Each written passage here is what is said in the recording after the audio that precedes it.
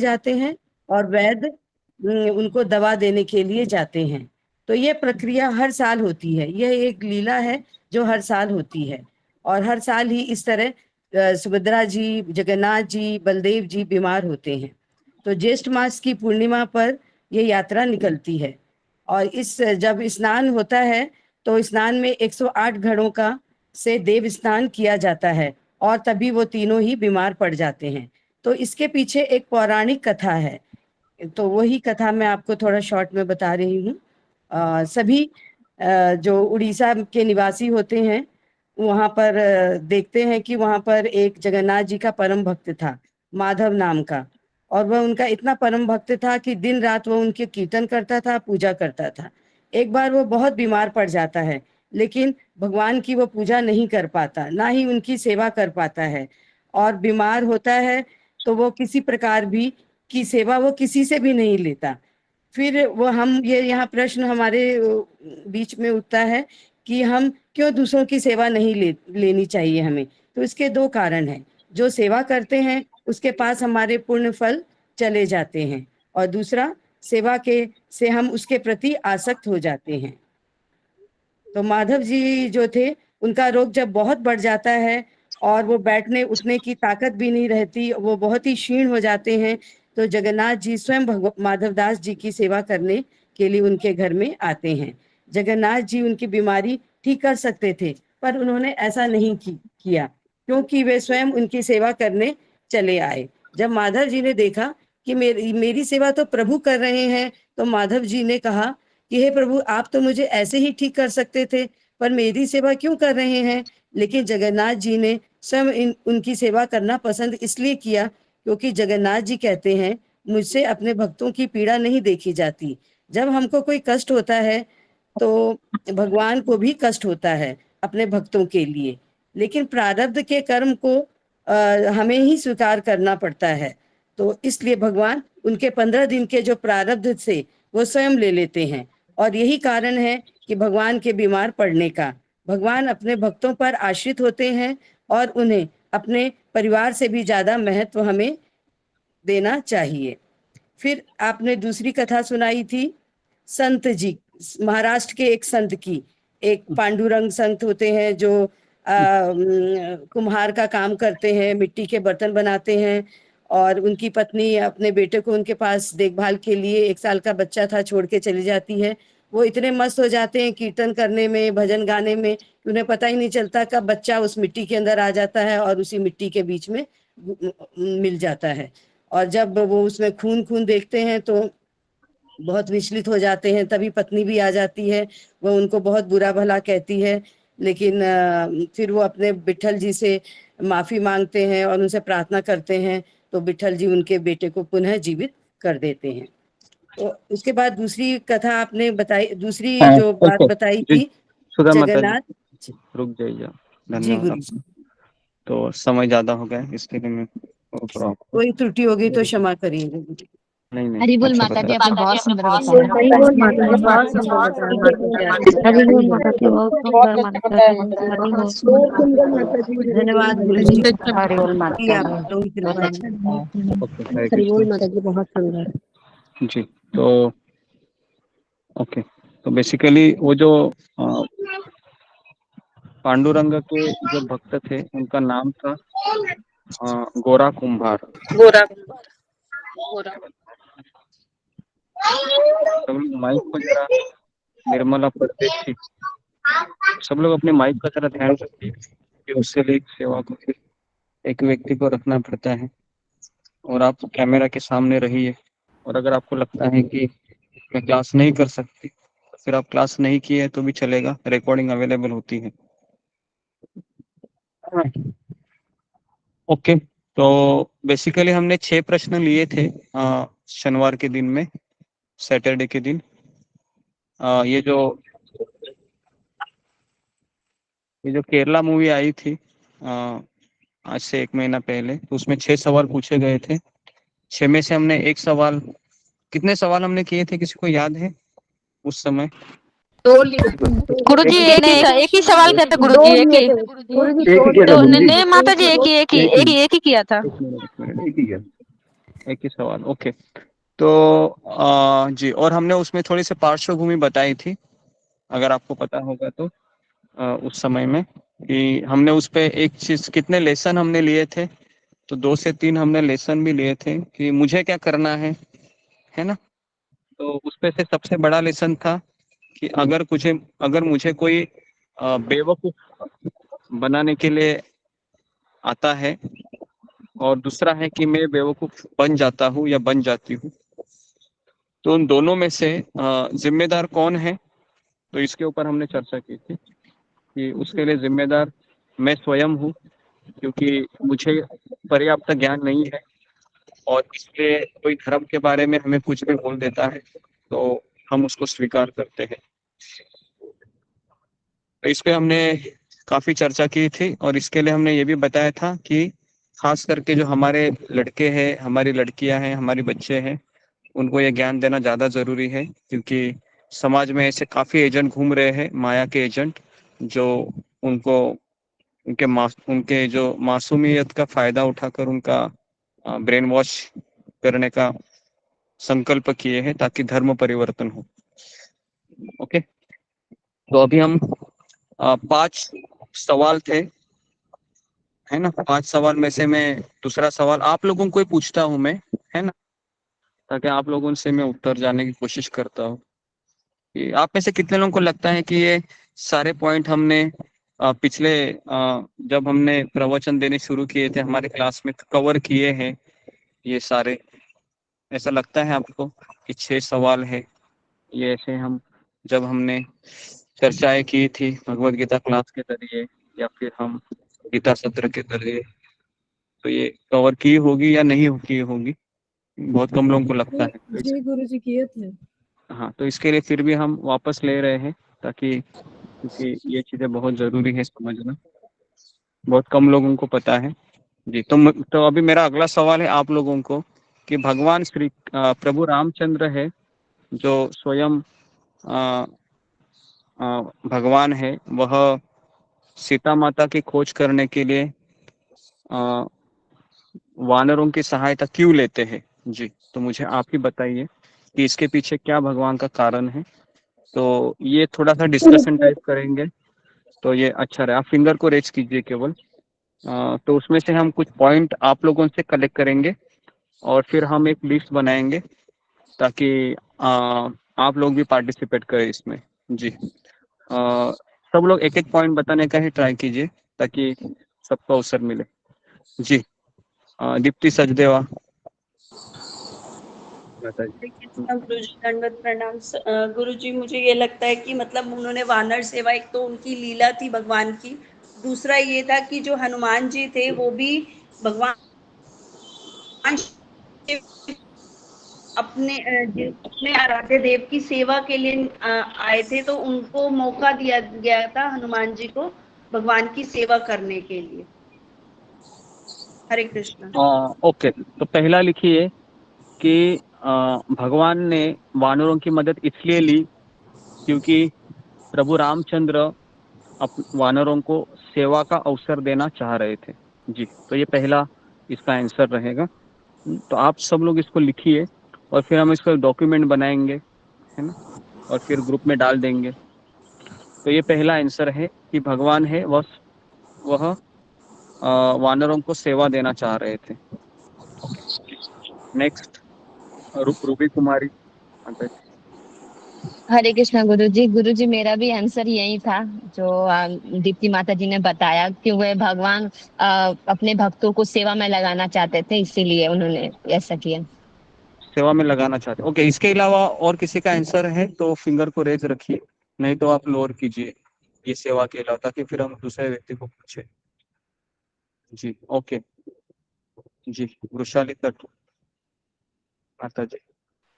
हरे कृष्ण गुरु जी दंडवत प्रणाम। सभी भक्तों के चरणों में मेरा दंडवत प्रणाम। गुरु जी रावण जो है वो साधारण असुर नहीं था, उसके पास सब कुछ था। वो उसके पास सोने की लंका भी थी, और वो एक प्रकांड पंडित भी था, और वो मनुष्य को और वानरों को तुच्छ समझता था। इसके लिए भगवान ने उसका अहंकार तोड़ने के लिए भी वानरों की सहायता ली थी। अहंकार तोड़ने के लिए वानरों की सहायता ली थी। नहीं, ये इसका उत्तर नहीं हो सकता है, क्योंकि भगवान को एक था कि रावण ने जो वरदान मांगा था ब्रह्मा जी से, तो उसमें से वो 2 वरदान मांगे नहीं थे उसने, कि मनुष्य से मेरा वध नहीं हो सकता, और दूसरा है वानरों से मेरा वध नहीं हो सकता।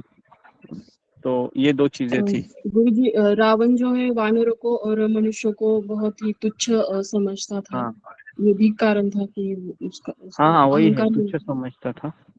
तो जी ठीक है, तो ये दूसरा पॉइंट आप इस तरीके से लिख सकते हैं कि प्रभु रामचंद्र भगवान को ये सिखाना चाह रहे थे कि मेरा जो भक्त है, भले वानर है, वह भी आपसे टक्कर ले सकता है, मेरी आवश्यकता इसमें है नहीं। ठीक है, तो ये दूसरा कारण हो सकता है जो हमने इसमें देख रहे हैं। और उसमें से कौन कौन से ऐसे वानर थे जिन्होंने रावण को टक्कर दी थी युद्ध होने के पूर्व? तो उसमें अंगद जी थे, उसके बाद हनुमान जी थे, और सुग्रीव है थे। ऐसे 3 वानरों ने युद्ध होने के पूर्व रावण से टक्कर ली थी। बराबर है, यही 3 लोग थे ना? पहले तो हनुमान जी जाते हैं, फिर अंगद जाता है, और फिर सुग्रीव जब होता है। जी ओके, उसके हरे बाद कृष्णा प्रभु जी, धन्यवाद। जामवंत भी थे प्रभु जी, जामवंत। जी जाम्बुवन, हाँ जाम्बुवन हो सकता है जी। ओके, उसके बाद अभी जस्मिता पत्रे। हरे कृष्ण गुरु जी, धन्यवाद, प्रणाम गुरु जी। भगवान रामचंद्र ये सिद्ध करके भक्तल भगवान है जो उनके उनके सामने कोई मतलब छोटा नहीं, जो भक्त अपने समर्पण से आता है उनके लिए ही वो सेवा देते हैं। तो ये सब भक्तों के लिए सेवा कीजिए, जहाँ कोई मेरे पास ऊंच नीच नहीं है, हर कोई आके मेरी सेवा कर सकता है। हाँ कर सकता है, वो चीज नहीं था। सवाल हमारा ये है कि भगवान ने वानरों की सहायता क्यों ली, ये सवाल है हमारा। तो इस पे है कि हनुमान प्रभु रामचंद्र रावणों को सॉरी वानरों को सेवा में लगाना चाह रहे थे, ये हमने एक देखा था। और रावण का जो घमंड है वह कम कराना चाहते थे वानरों के जरिए। और तीसरा कारण क्या हो सकता है? तो उस पे उस जात पात का कुछ है नहीं बेसिकली, मुझे ऐसा लगता है जी। अनिता यादव। हरे कृष्णा गुरुजी, दंडवत प्रणाम। गुरुजी, इसमें भगवान की ये लीला थी कि वो अपने भक्तों को श्रेय देना चाह रहे थे, उनका मान बढ़ाना चाह हाँ रहे थे। जी जी जी, तो ये इसमें एक प्रोमिनेंट पॉइंट अनीता ने बताया कि भगवान है अपने भक्तों को श्रेय देना चाहते हैं जी। तो ये तीसरा प्रोमिनेंट पॉइंट है, इसको आप लिखिए कि अगर भगवान राम ही सब कुछ करते थे तो हीरो कौन हो जाते थे? बताइए, कौन हीरो हो जाते थे? श्री राम। प्रभु रामचंद्र, यहाँ पे हनुमान राम जी हीरो हो जाते थे, हीरो है है। ना? तो भगवान ने किसको हीरो बनाया रामायण का? हनुमान हनुमान जी को, हनुमान जी को बनाया। उसके बाद फिर वो जो आ, बहुत सारे जो वानर थे उनको हीरो बनाया। तो ये अंगद, जी नल, नील, सुग्रीव। नल हाँ, उसके नील। बाद नल नील को भी वो पूरा सेतु का निर्माण करने के लिए में लगा दिया। बराबर है। जाम्बुवन है जिन्होंने हनुमान जी को रिमाइंड किया कि आप बहुत शक्तिशाली हो, आप कर सकते हो। तो जो मोटिवेशन देने का काम भी जाम्बुवन ने किया। बराबर है। और उसके बाद फिर जी, तो ये 3 कारण हो गए। जैसे ये सबसे गुरु जी, प्रोमिनेंट कारण है। भक्तों को श्रेय देना चाहते थे भगवान ना। जी जी जी, तो तीसरा पॉइंट लिखिए कि भगवान भक्तों को, अपने भक्तों को श्रेय देना चाह रहे थे। उसके बाद प्रतिभा कुमारी माता जी। हरे कृष्ण गुरु जी, दंडवत प्रणाम। गुरु जी, इसके पीछे एक पौराणिक कथा है। जैसे कि नारद जी ने विष्णु जी को एक अभिशाप दिया था, जिसके कारण भी सीता जी को छुड़ाने में वानर लोग उनकी सहायता कर रहे थे। हाँ वो तो हो गया, उसमें तो वो हो गया कि कथा भी है, लेकिन वानरों को भगवान ने सेवा का अवसर देना चाह रहे थे, उनको हीरो बनाना चाह रहे थे, रावण का घमंड उतारना चाह रहे थे। ठीक है, 3 कारण हो गए। इसके अलावा हरे कृष्ण कृष्ण कृष्ण राम जी, कृष्ण मोहन सिंह प्रभु। गुरु जी दंडवत प्रणाम, से भक्तों को दंडवत प्रणाम। गुरु जी, मुझे ऐसा लगता है कि भगवान सब कुछ त्याग करके और वन में गए थे, और वन में ही उनको समय बिताना था। और जिस समय ये घटना हो गई कि सीता माता जी का रावण द्वारा अपहरण कर लिया गया, तो उनको जो बेस्ट अवेलेबल जो रिसोर्सेज थे जिसके द्वारा वो रावण से विजय प्राप्त कर सकते थे, उसके लिए वहां पे उनको वानर ही मिला। और जिसके कारण जिसका उन्होंने एक अनस्किल्ड मैन पावर को उसको उनको उन्होंने पूरी तरह से उसका उपयोग किया, और उनको एक अवसर के तरह पे जो विपरीत परिस्थिति में भी उन्होंने एकजुट किया वानरी सेना को, और इसके और उसका सदुपयोग करके उन्होंने मतलब रावण लंका पे विजय प्राप्त किया। एक जेनरिक वे में जब भी हम विपरीत परिस्थिति में रहते हैं तो एक संदेश देने के लिए कि हमें उस विपरीत परिस्थिति में भी अपने लिए ऐसा एक अवसर ढूंढना कि हम उस विपरीत परिस्थिति से बाहर निकल पाए। ये भी एक संदेश हो सकता है कि हम घबरा जाते हैं जिस अवस्था में थे, वो जो संकट आया उस संकट का उन्होंने कैसे सामना किया उस परिस्थिति से निपटने के लिए, ऐसा मुझे किसके लगता ऊपर संकट आया था? राम के ऊपर ऐसा हरे बोल रहे हो? ओके जी। तो बेसिकली ये जो चीजें हैं जो अभी हमने इसमें 2 चीजें सबसे प्रोमिनेंट है। जैसे पहला चीज है कि भगवान ने वानरों की सेना इसलिए ली।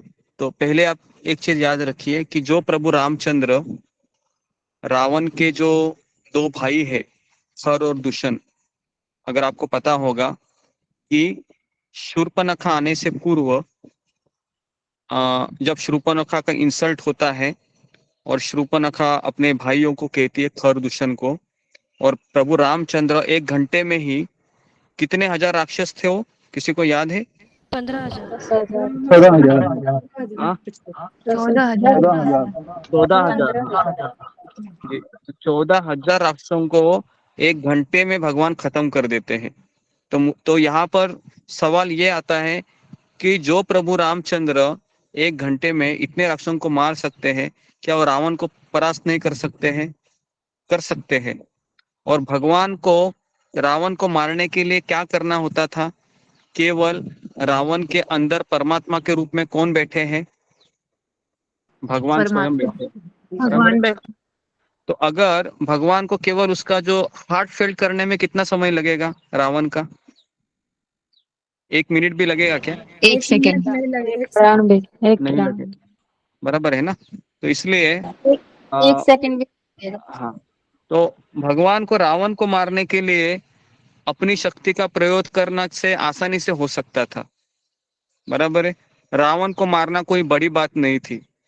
और मुझे बताइए कि भगवान का एक अंश, भगवान का एक अवतार है जिसका नाम है वराह अवतार, बराबर है। वराह अवतार में हम देखते हैं वराह जी ये रसातल में गई हुई पृथ्वी को अपनी सूंड पर लेके आके वह अंतरिक्ष में रख देते हैं, है ना।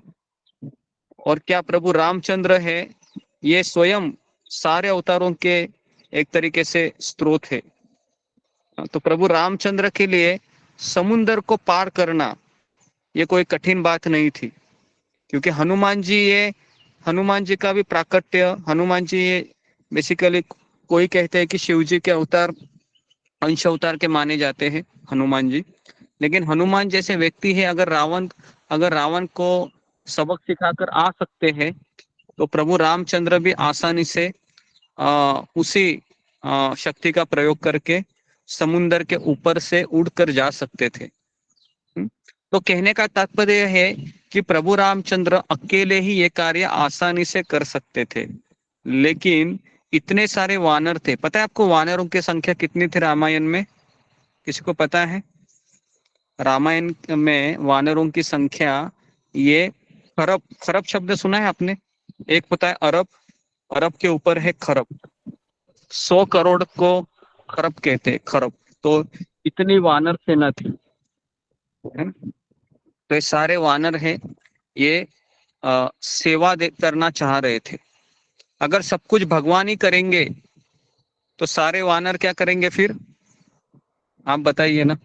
अगर सब कुछ भगवान करेंगे तो सारे वानर क्या करते थे, केवल मजा करते थे, बराबर कि नहीं। आराम करते अगर हम आराम सेवा करते नहीं करेंगे तो क्या करेंगे, बस मजा मजा करते रहेंगे, मजे करेंगे। खाएंगे पिएंगे, नाचेंगे गाएंगे, मजे हाँ, करेंगे। है ना। तो इस तरीके से बराबर है। तो इसलिए भगवान है, ये हमको सेवा का अवसर देना चाह रहे हैं, सेवा का अवसर। तो इसके लिए जिसके पास सेवा रूपी धन है वही संसार का सबसे धनवान व्यक्ति है, और जिसके पास सेवा रूपी धन नहीं है वो सबसे कंगाल व्यक्ति है, सबसे भिखारी व्यक्ति है। तो ये सेवा भी किसके द्वारा आनी चाहिए, तो रामायण में हम देखते हैं प्रभु रामचंद्र ये सुग्रीव को आदेश देते हैं, और सुग्रीव के द्वारा ये सारी सेवा है वह वानरों को वितरित की जाती है। ठीक है, तो सेवा भी हमें किसी न किसी की व्यक्ति, किसी न किसी निर्देशन के माध्यम से आनी चाहिए, तब जाके उस सेवा को महत्व होता है। तो ये हो गया पहला। और दूसरा चीज है जो अनीता यादव माता जी ने अच्छा पॉइंट बताया, दूसरा है कि भगवान स्वयं अपने भक्तों को बहुत ऊंचा पोजीशन देना चाहते हैं। तो इसके लिए भगवान ने वो स्वयं कार्य नहीं किया, उन्होंने अपने परम भक्त हनुमान जी के द्वारा उस कार्य को करवाया, ताकि दुनिया किसका नाम ले। अगर रामायण में कितने, पता है आपको क्या बोलते हैं रामायण में, वह कांड, कितने कांड हैं रामायण में? 5 5 7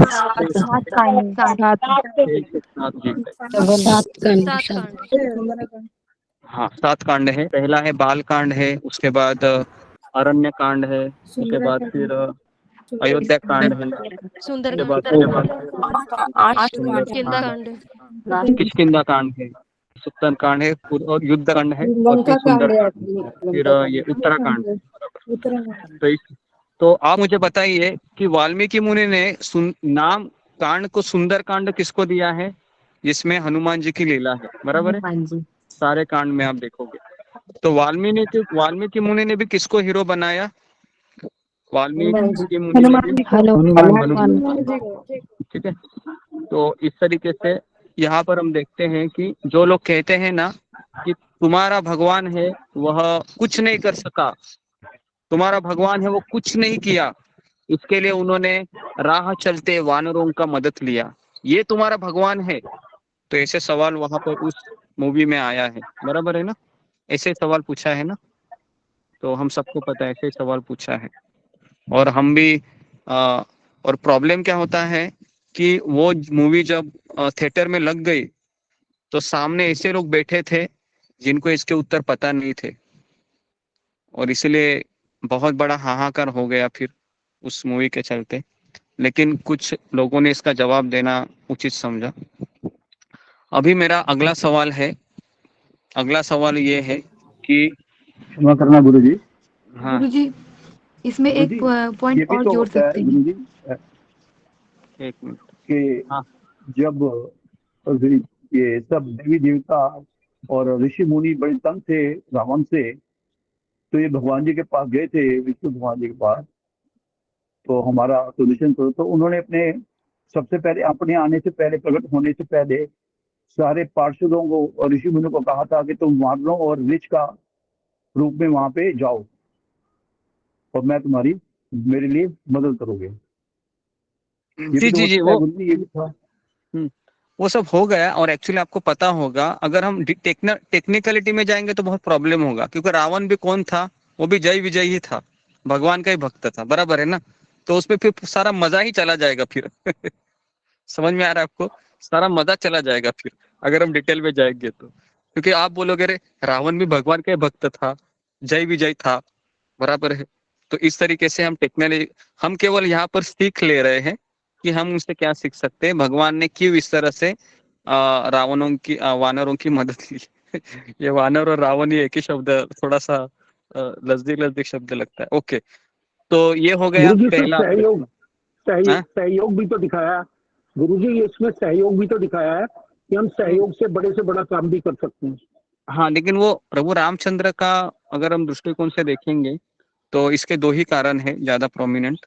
बाकी के तो वो अनलिमिटेड लेसन है उसके अंदर की कोऑपरेशन है वानरों का, उसके बाद फिर प्रभु की आज्ञा का पालन करना है ना, ये सारी चीजें फिर उसमें अलग अलग लेसन की तरफ आ सकती है। ठीक है, तो उसमें हम डिटेल में भगवान में जो इच्छा शक्ति थी ना, तो इच्छा जो भी इच्छा करते हैं। जी जी जी जी जी जी। तो दूसरा प्रश्न अभी हम करते हैं कि अभी मुझे बताइए कि उत्सव भारत में क्यों, या उत्सव मनाने के पीछे क्या कारण है, क्योंकि उस मूवी में एक सवाल आया था कि उत्सव क्यों मनाना चाहिए, क्या उत्सव मनाना जरूरी है या उत्सव हमें बुढ़ापे में ही मनानी चाहिए। जी, इसके पीछे थोड़ा सा हम आपसे हम राय लेंगे कि उत्सव क्यों मनाने चाहिए, भारत में इतने सारे उत्सव है, इसके पीछे क्या कारण है। जी, फिंगर को रेज कीजिए कि उत्सव मनाने के पीछे क्या कारण है। जी जी, अनीता यादव। हरे कृष्णा गुरुजी। गुरुजी, उत्सव मनाने के पीछे एक सबसे बड़ा कारण ये है कि जब हम उत्सव मनाते हैं तो हम परंपरा में अपनी आगे आने वाली अपनी जो आगे की पीढ़ियां हैं, बच्चों को हम परंपरा सिखाते हैं कि हमारी परंपरा में ये सब चलता आया है। उनसे हम अपनी संस्कृति से उन्हें अवगत करवाते हैं उत्सव मना के। हरे कृष्णा गुरुजी। ओके, संस्कृति से अवगत कराते हैं। ओके, ओ सॉरी, पूरा वापस फिंगर को रेज कीजिए। जी, प्रतिभा माता जी। हरे कृष्ण गुरुजी, दंडवत प्रणाम। उत्सव के माध्यम से उसके पीछे जो हमारे इतिहास जो पौराणिक है उसके महत्व बताने के लिए, जैसे कि ये उत्सव क्यों मनाया जाता है और किस लिए मनाया जाता है, और इससे हमारा मतलब हम हमारे संस्कृति से हमारे आने वाली पीढ़ी को जोड़ सकते हैं और उनको बता सकते हैं कि क्यों मनाया जाता है। ओके, तो जी, तो मैं पहला पॉइंट लिखिए कि उत्सव है ये हमारे काम को नियंत्रण करते हैं। तो ये पहला कारण है कि उत्सव मनाने से हमारी जो भौतिक इच्छा है वो नियंत्रण में आती है। ये पहला कारण। अभी क्यों? क्योंकि उसमें हम भगवान की गुणगान करते हैं, भगवान को हम प्रथम दर्जा देते हैं उत्सव में। तो इसके लिए उत्सव में हमारी भौतिक इच्छा कम हो जाती है ऑटोमेटिकली, क्योंकि उत्सव के समय हम उसी व्यक्ति के गुणगान करते हैं, भगवान के गुणगान करते हैं, तो इसके लिए हमारी भौतिक इच्छा कम हो जाती है। ये पहला कारण था। ओके, हमारी लस्ट है वह भी उत्सव मनाने से नियंत्रण में हो। लेकिन आजकल हम देखते हैं कि लोग उत्सव के नाम पे अपने ही इंद्रिय तृप्ति करते हैं। जैसे गणपति आता है तो सब लोग पत्ते खेलते हैं, दारू पीते हैं, एटसेट्रा एटसेट्रा, है ना। और होली आती है तो होली में क्या होता है कि सब लोग वही चीजें करते हैं। तो इसके लिए उत्सव क्या होता है, कलरफुल होता है। हाँ, अलग अलग कलर, अलग अलग वैरायटी होती है उत्सव मनाने से। जैसे नवरात्रि आती है तो नवरात्रि हमें सिखाते हैं कि नारी का सम्मान कैसे करना चाहिए। तो अलग अलग उत्सव है ये हमें सीख देते हैं और उससे हमारा चरित्र निर्मल बनता है। तो इसके लिए भारत में उत्सव मनाने के पीछे ये कारण है कि हम भगवान को याद करें और भगवान के भक्तों से कुछ समय बिताए और एक तरीके से जो सुख है, आध्यात्मिक सुख, उसकी अनुभूति करे। तो ये पीछे कारण है उत्सव मनाने से। और उत्सव शब्द कहाँ से आया है? तो उत्सव शब्द उत्साह शब्द है ना, उत्साह और उत्सव। अगर आप उत्सव मना रहे हैं और आप में उत्साह नहीं है तो क्या होगा बताइए। आप उत्सव मना रहे हैं और आप में उत्साह ही नहीं है, आपका ऐसे मुंह है वह एकदम, क्या बोल सकते हो कि बहुत परेशान हो आप, है ना। और कहीं आपको होली में कोई कलर लगाने आ गया और आप बहुत परेशान है, उसको एक मार दिया तमाचा, क्यों भाई मुझे कलर लगाया, है ना। तो इस तरीके से फिर वो उत्सव नहीं हो सकता है ना। तो अगर आप देखोगे होली कलरफुल होती है ना, नीला रंग है, उसके बाद लाल रंग है, तो अलग अलग रंगों की होली है ना।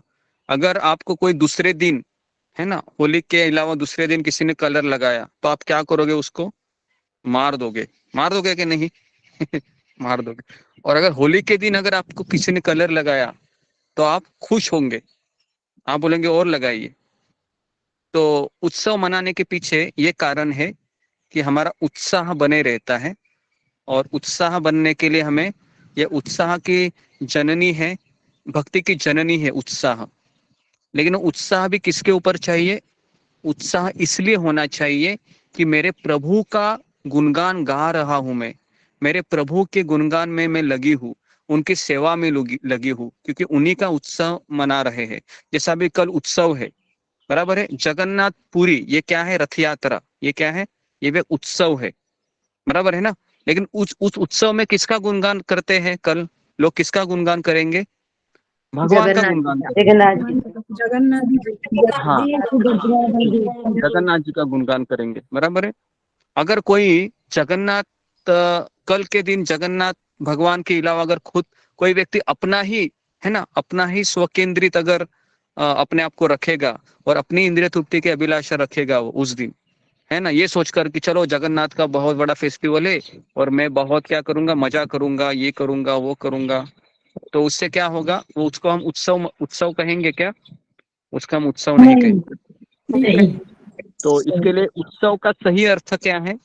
कि भगवान का गुणगान करना, और मेरे भगवान आ रहे हैं, जगन्नाथ बलदेव सुभद्रा आ रहे हैं, बीमारियों से अच्छे होकर आ रहे हैं, इसके लिए मैं उनको देखने जा रहा हूँ, ये अभिलाषा से अगर हम जगन्नाथपुरी जाते हैं तो फिर उसको उत्सव कहते हैं। नहीं तो ऐसा देखा गया, ऐसा बोला जाता है कि जगन्नाथपुरी में कल के दिन सबसे ज्यादा लुटेरे घूमते हैं। पता है आपको? सबसे ज्यादा लुटेरे कल के दिन घूमते हैं जगन्नाथपुरी में। तो इसके लिए उत्सव तभी मना जाता है जब हम भगवान के गुणगान के हेतु वहां पर जाते हैं। तो इसके लिए उत्सव मनाने का कोई आयु हो सकता है क्या? आप बताइए। उत्सव मनाने का कोई आयु नहीं है। नहीं हो सकता भी आयु में हम उत्सव मना सकते हैं, बराबर है। तो ये इसका कारण है कि उत्सव मनाने से हमारी काम भावना है, भौतिक इच्छा खत्म हो जाती है, ये पहला कारण। और दूसरा कारण, हम भगवान के गुणगान गा के हमारे चरित्र का विकास करते हैं, हमारे हृदय शुद्धिकरण करते हैं, ये दूसरा कारण है। इसके लिए उत्सव मनाना चाहिए। हाँ, परम पूज्य राधानाथ महाराज कहते हैं कि जब उन्होंने राधा गोपीनाथ मंदिर का निर्माण किया तो उन्होंने कहा कि रोज उत्सव चाहिए। आप लोग अलग अलग चीजें निकालो, है ना, देखो आप कैलेंडर, कोई अगर आचार्य का आविर्भाव तिरुभाव है, उत्सव मनाओ, बराबर है। कल भक्तिविनोद ठाकुर जी का तिरुभाव था, उत्सव मनाना चाहिए, है ना। आज कुछ ना कुछ रहता ही है। तो उन्होंने कहा कि कुछ ना कुछ लीला के संबंधित, है ना, कुछ तो ऐसा फेस्टिवल करो और भगवान का गुणगान करो। तो वो कह रहे थे कि रोज उत्सव होना है। उन्होंने कहा कृष्ण भावनामय जीवन, ये क्या है? ये एक फेस्टिवल है, फेस्टिवल है ये। हाँ, हमारे लिए रोज एक दिन जपा करना मतलब क्या है? उत्सव है ना। लेकिन अब 4 बजे कैसे आते हैं? ओ बाप रे कितने बजे है, नींद भी नहीं हुई, और फिर अब बाला लेके बैठ गए, हरे कृष्णा हरे कृष्णा। तो हमको उत्सव लगना चाहिए, बराबर है ना। जब हाथ में माला पकड़ते हैं तो उत्सव लगना चाहिए। आज अभी मुझे भगवान के नाम का जप करने का अवसर मिल रहा है, मेरा कितना सौभाग्य है कि मैं इतने सारे भक्तों के साथ बैठा हूँ, बैठी हूँ। चलो कोई बात नहीं, मैं अभी बहुत अच्छे से नाम लूंगा भगवान का, 16 माला का जप करूंगा, तभी माला में हाथ से रखूंगा, हाथ से रखूंगी, कहाँ पर भी ध्यान नहीं दूंगी। तो ये उत्सव है, इस तरीके से हमको लेना चाहिए। जैसे 3 बजते हैं, 2:45 बजते हैं, तो हमको क्या लगना चाहिए? मैं उत्सव में भाग ले रहा हूँ, मैं उत्सव में भाग लेने जा रही हूँ, बराबर है ना। नहीं तो अरे बाप रे, आज भी 2:45 बजे गए, अरे लॉगिन करना ही पड़ेगा, है ना। नहीं तो फिर क्या होगा? नहीं तो रिपोर्टिंग में मेरा रिमार्क नहीं आएगा और सबको पता चलेगा, सब लोग देखेंगे मैं नहीं आया था। तो ये भाव होना चाहिए क्या हमारा? ये भाव नहीं होना चाहिए। भाव ये होना चाहिए कि उत्सव है, मुझे और एक दिन भगवान दे रहे हैं कथा सुनने का। समझ में आ रहा है? तो इस तरीके से ये हर एक भक्त के लिए हर एक दिन उत्सव रहता है, एक भक्त के लिए हर एक समय उत्सव रहता है। तो इसके लिए उत्सव मनाने के लिए कोई तिथि की आवश्यकता नहीं है। जब जब कृष्ण कथा चलती है, जब जब हमको जपा करना होता है, वो एक उत्सव है। गुरुजी हरे कृष्ण। गुरुजी दंडवत प्रणाम। गुरुजी आज भी एक उत्सव था कि कुंडिया मार्जन करके कुछ है कि जिसमें साफ सफाई होती है मंदिर की, तो ऐसे कोई उत्सव मनाया गया था आज मंदिर। हाँ हाँ, वो भी है। आज गुंडीचा करके किसकी गुरु पत्नी थी ये? ये इंद्रद्युम्न इंद्रद्युम्न राजा की पत्नी। राजा की पत्नी। हाँ, तो उसका मंदिर भी है उधर, है ना। हम जगन्नाथपुरी गए थे तो कम से कम वो उधर ही रुकते हैं वो, है ना। कितने दिन रुकते हैं? 10 दिन रुकते हैं या 10 दिन रुकते हैं? 9 दिन रुकते हैं। ओके, 9 दिन वो रुकते हैं उधर, है ना जगह। और इसके लिए उसके संदर्भ में कथा है कि चैतन्य महाप्रभु है वो अपने सारे भक्तों को लेकर 9 दिन में लौटते हैं गुरुजी। हरे कृष्णा गुरुजी, 9 दिन में लौटते हैं। जी जी। तो भगवान चैतन्य हरे महाप्रभु कृष्णा भी। गुरुजी जैसे कल यहाँ पर इस्कॉन मंदिर दिल्ली में आम का उत्सव मनाया गया था। दिल्ली का जो इस्कॉन मंदिर है, हाँ हाँ, एक मिनट मैं जरा बोलता हुआ ना, इस कथा को मैं पूरा कर देता हूँ। वहाँ पर बहुत सारे उत्सव होते रहते हैं। हर हफ्ते उत्सव, कोई ना कोई उत्सव होता है वहाँ पर। जी जी जी। और काफी लोग आते हैं जी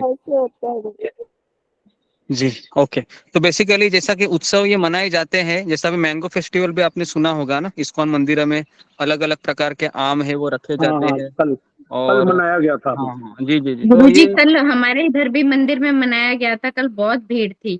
हाँ हाँ, मैंगो फेस्टिवल वगैरह अलग अलग फेस्टिवल है ना मनाए जाते हैं, बराबर है। जिस दिन फूल आते हैं, है ना, नए फूल आते हैं, तो हम क्या करते हैं, पुष्पाभिषेक करते हैं जनवरी के दिन, है ना। भगवान के फूलों का पूरा अभिषेक करते हैं, फिर वो फूल एक दूसरे के ऊपर हम डाल देते हैं, जैसे रंग डालते हैं। कितना अच्छा लगता है ये, बराबर है।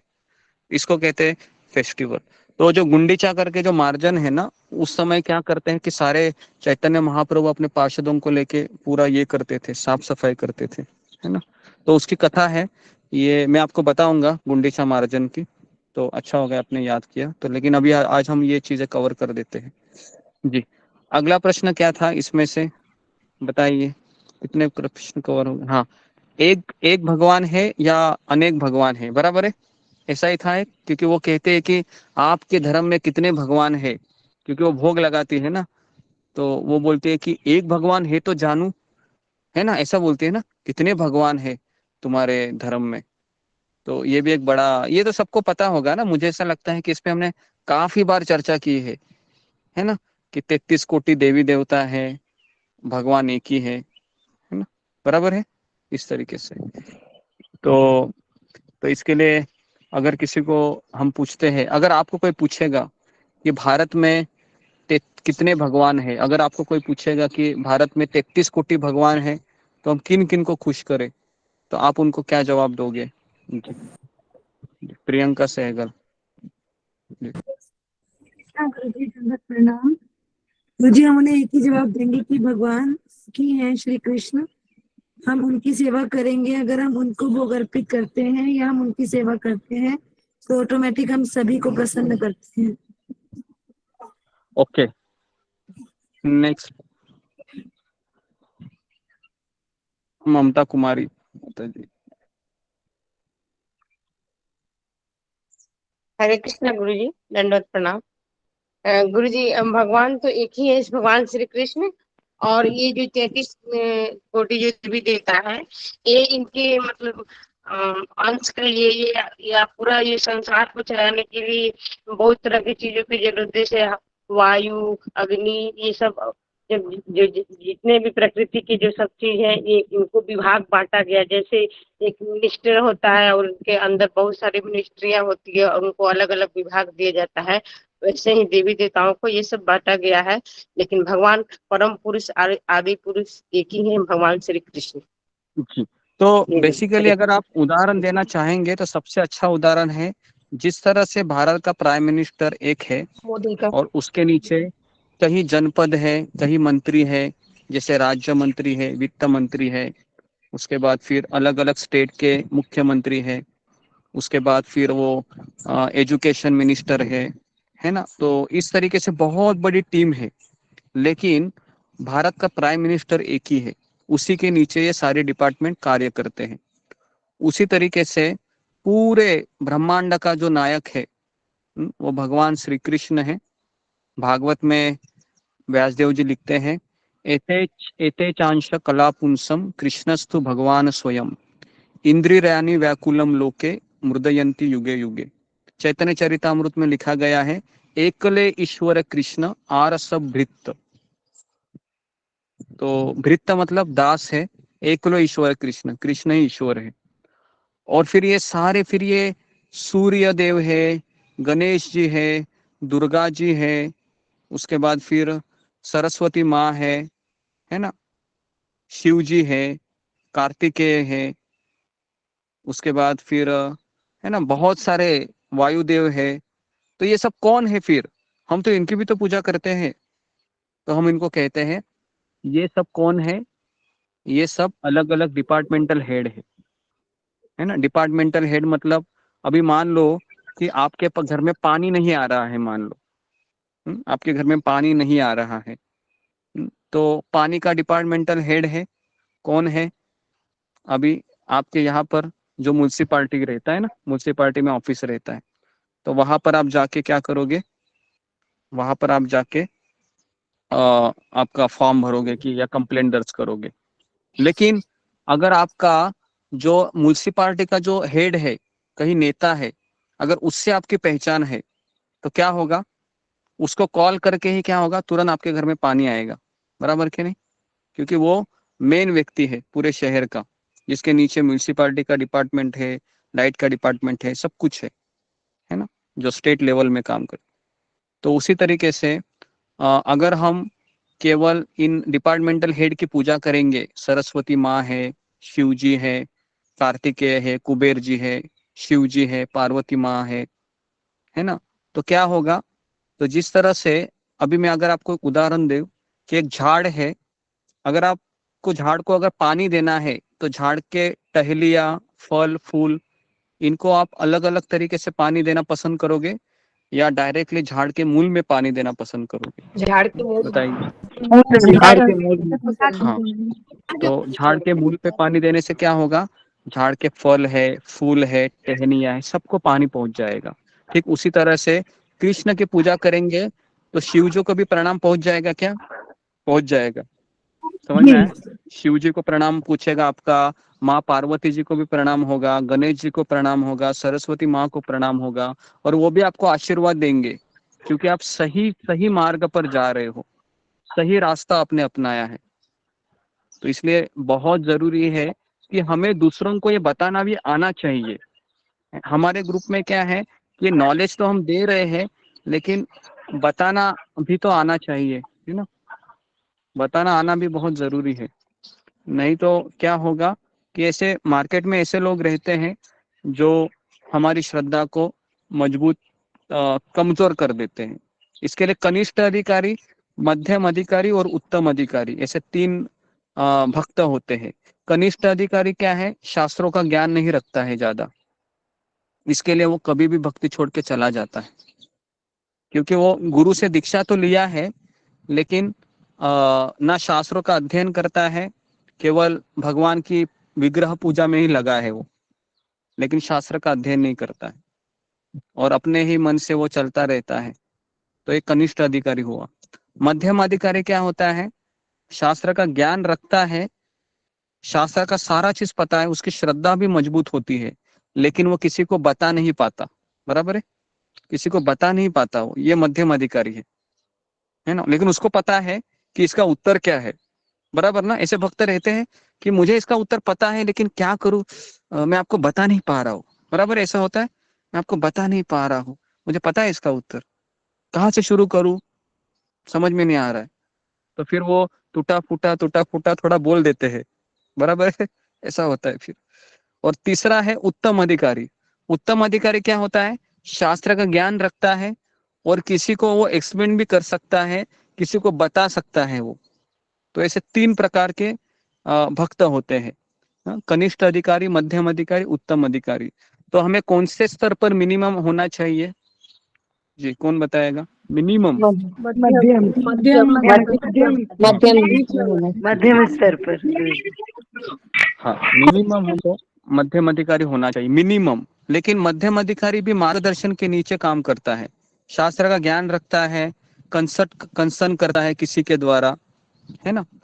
और उसके बाद फिर वह उत्तम अधिकारी बनता है। और उत्तम अधिकारी बनने के लिए किसी के नीचे 8 साल 10 साल भक्ति करना पड़ता है, कम से कम वो भी, क्योंकि किसी के नीचे काम करना बहुत कठिन है, किसी भक्त है ना। जैसे मान लो अगर मैं आपको बोलूं कि आपके घर में राधा कृष्ण के विग्रह है ना, तो रोज आप ही इसको सजाते हैं। आज आपके साथ मैं 5 लोगों को दूंगा, आपको 6 लोगों को मिलकर अभी राधा कृष्ण को सजाना है, तो क्या होगा, क्या होगा पता है आपको? बहुत प्रॉब्लम होगा। हाँ, वो बोलेगा हरा कलर लगाओ, वो बोलेगी नीला कलर बोलो, ये बोला पीला कलर। झगड़ा स्टार्ट हो जाएगा। हाँ, फिर आप बोलोगे कि हाँ, फिर आप बोलोगे कि आप ही सब कुछ करो, मैं जा रही हूँ। समझ में आ रहा है? आप ही करो, मैं जा रही हूँ, तो इसका अर्थ क्या है? वो कौन सा भक्त है? कनिष्ठ अधिकारी, और उसको समझा ही नहीं है कि कैसे हमको सेवा करनी चाहिए। बराबर है।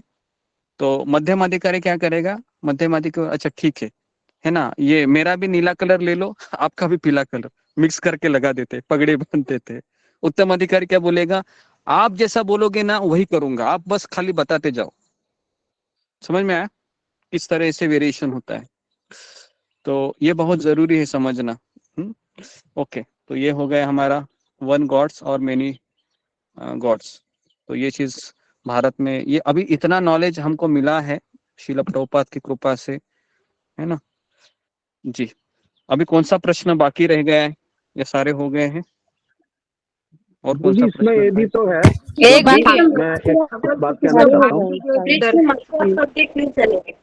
हमारे गुरु जी से हमारे भगवान तो एक ही है, वो कृष्ण भगवान है, लेकिन वो अलग अलग अवतारों में आते हैं।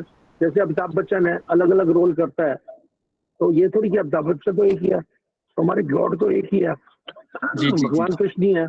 और वो विभिन्न अवतारों में आते हैं, तो अवतार हो सकते हैं उनके, लेकिन भगवान तो एक ही है हमारा। जी कह सकते हैं इस बारे में। जी नहीं, यहाँ पर हम क्या कर रहे हैं ना, हम यहाँ पर अवतारों की बात नहीं हो रही है, यहाँ पर उनके अंशों की बात हो रही है। देवी देवता उनके अवतार नहीं है, देवी देवता उनके अंश है।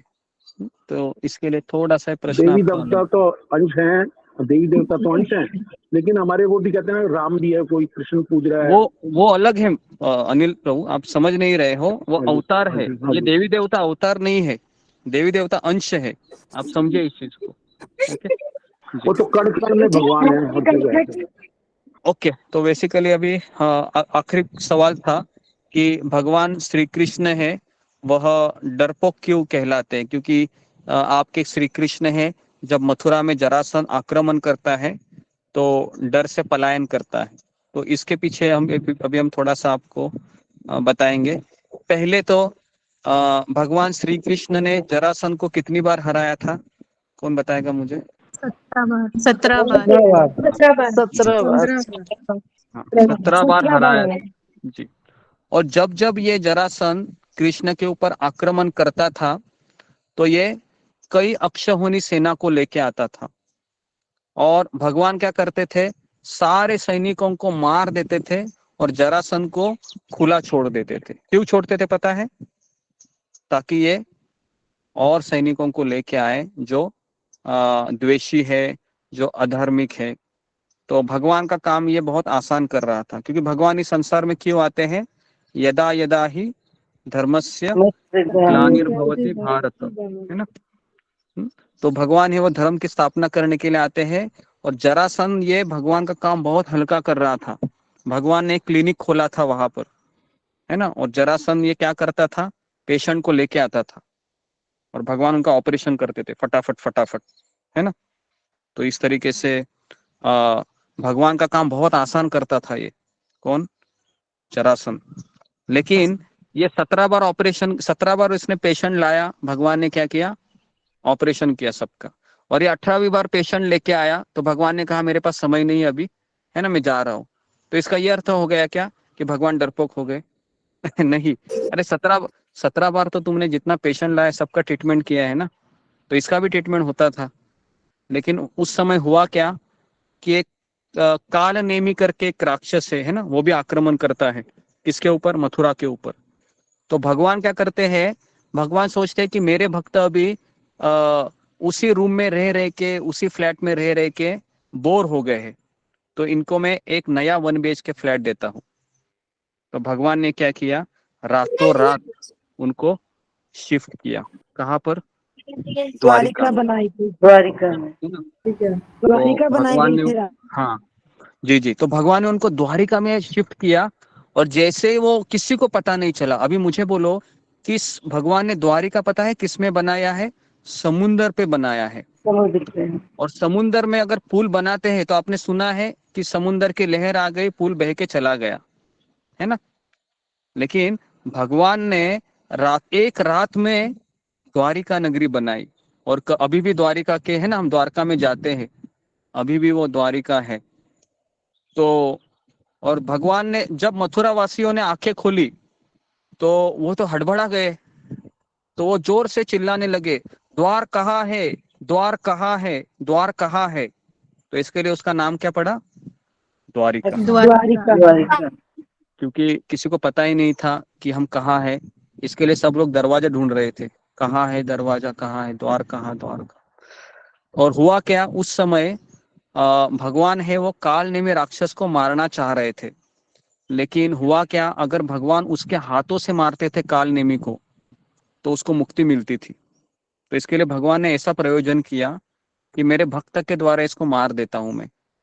तो इसके लिए वो एक गुफा में वो घुस गए, तो वहां पर एक राजा मुचकुंद था, वो सोया हुआ था, पता है ना आपको?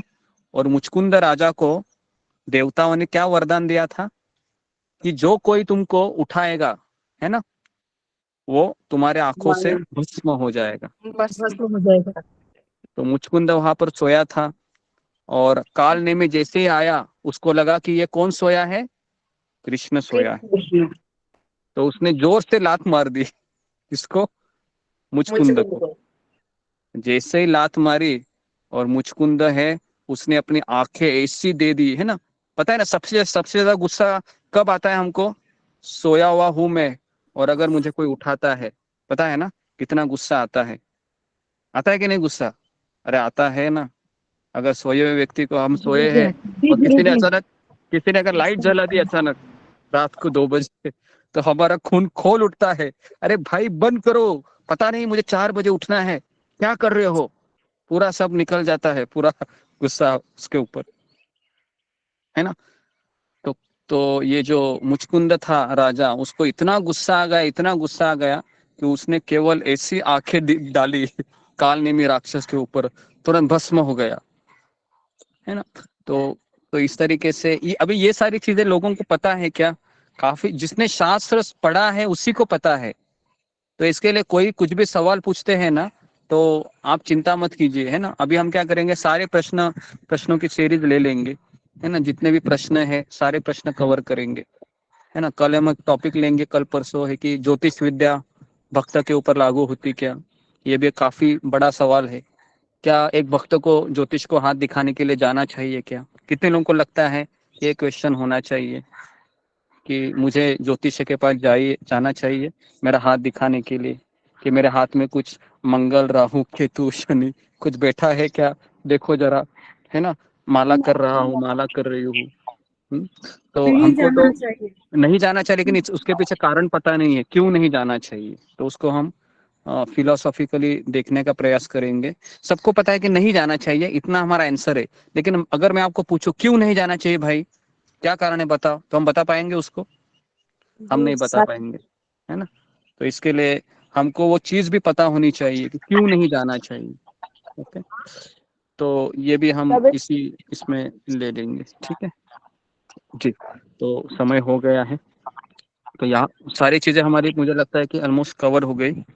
और कोई सवाल है? मुझे लगता है कि शिव जी का सवाल है, वो हमने उस दिन थोड़ा कवर किया था कि शिव जी जो रो रहे थे सती के विरह में, तो उसमें भी हमने देखा था कि वो विरह है, वो दुख नहीं है।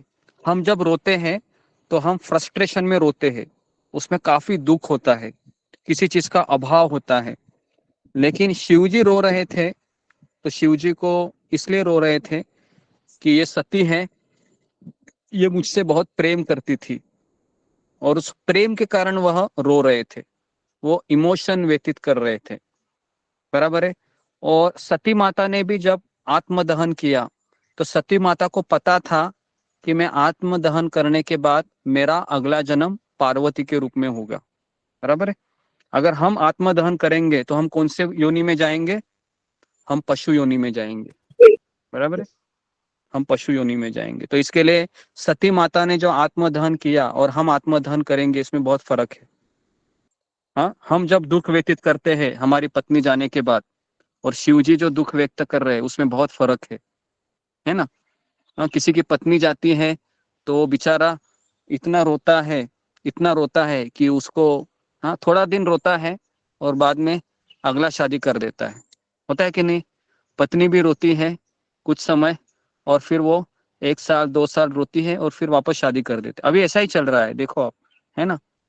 हाँ, मैंने हमारे ग्रुप में 1 साल पहले एक माता जी थी, 47-48 ईयर में उसने शादी किया था, है ना। और हालांकि उसके पति चले गए थे, लेकिन वो कह रही थी मेरे 2 बच्चे मैं कैसे जीऊं, इसके लिए मुझे करना पड़ा शादी, इस तरीके से।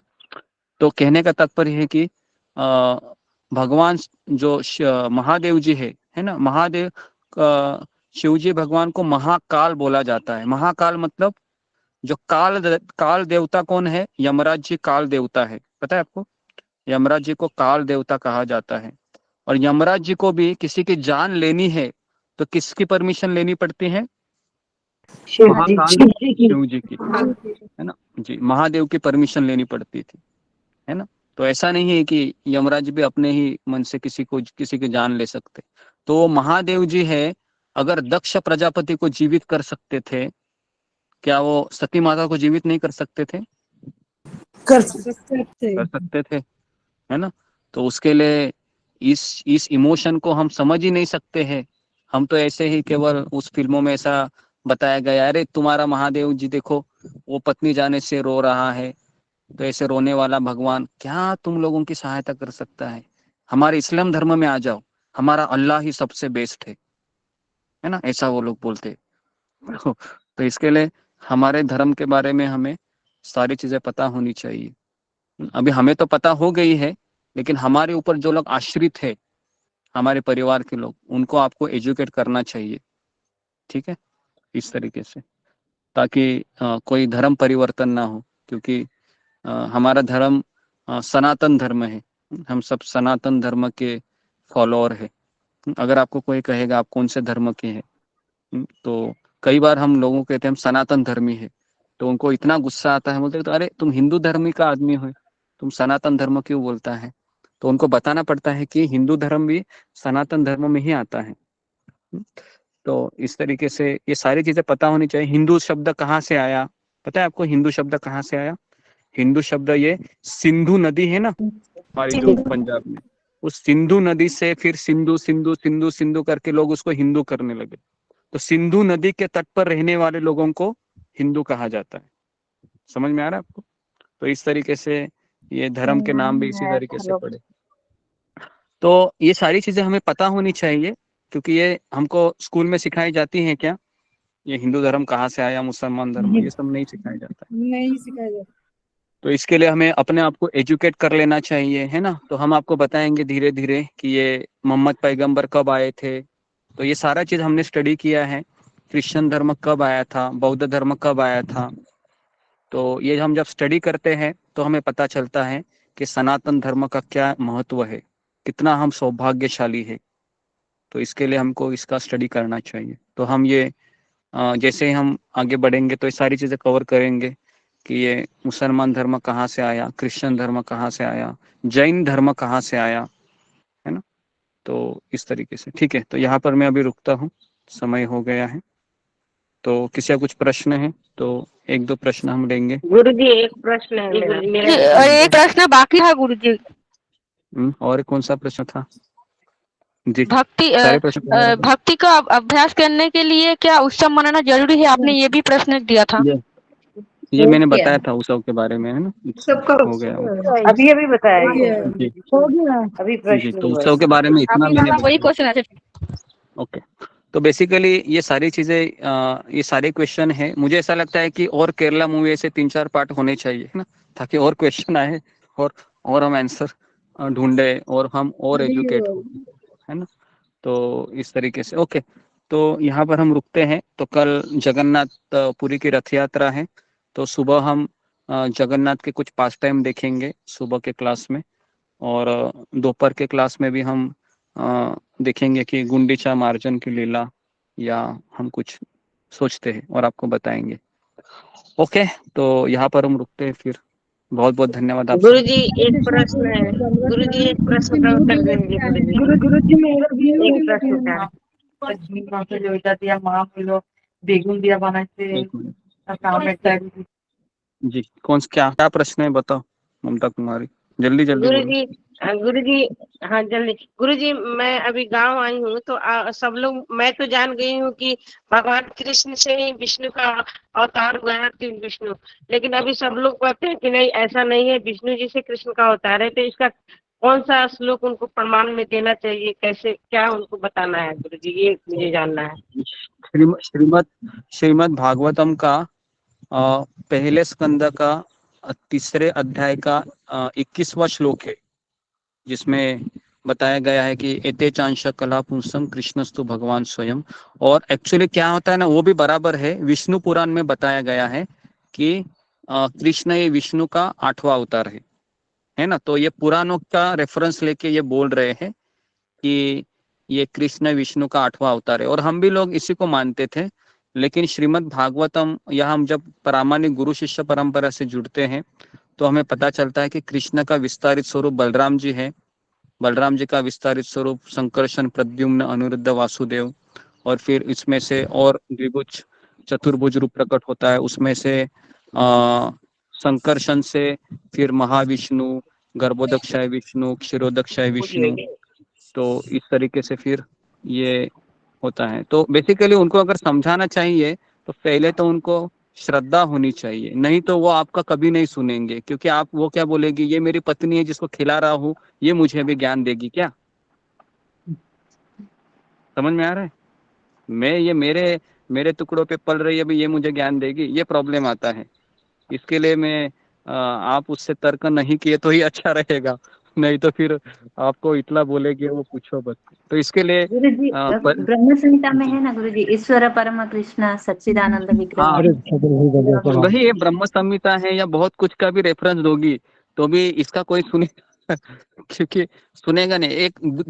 एक होता है बच्चा माता पिता को सिखाना, ये एक चीज है भारत में जो बहुत, अगर कोई बच्चा भी बोलता है ना पिताजी को, पिताजी कृष्ण भगवान है, आपके शिवजी भगवान नहीं है, तो पिताजी क्या बोलेगा, अरे तेरा मैंने सुसुसी साफ किया, अभी तुम मुझे सिखाएगा क्या? समझ में आ रहा है? ये भारत में पहला होता है। हाँ, और दूसरा है, अगर पत्नी पति को उपदेश दिए तो पति बोलता है 10 साल हो गए तेरे को खिला रहा हूं मैं, है ना, और अभी तुम मुझे ज्ञान दोगे क्या? समझ में आ रहा है? तो ये दो चीजें परिवार में नहीं करनी चाहिए। बेसिकली मैं तो यही बोलता हूँ हमेशा। बच्चे एडल्ट बच्चे हैं, बच्चे टीनेजर सब बच्चे हैं, वही सब पूछ रहे हैं। बच्चों को आप सिखाओ, है ना, बच्चों को सिखाइए। देखो उसको सिखाओ, ये ब्रह्म संहिता है, देखो बेटा ये भागवतम है ना।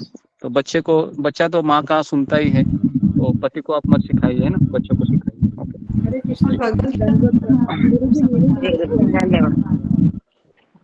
ओके, तो मुझे समय ज्यादा हो गया है क्योंकि मुझे अभी जाना है, फोन आ रहा है मुझे। ओके, मैं यहाँ पर रुकता हूँ। हरे कृष्ण, धन्यवाद गुरुजी। जो नए भक्त आए हैं,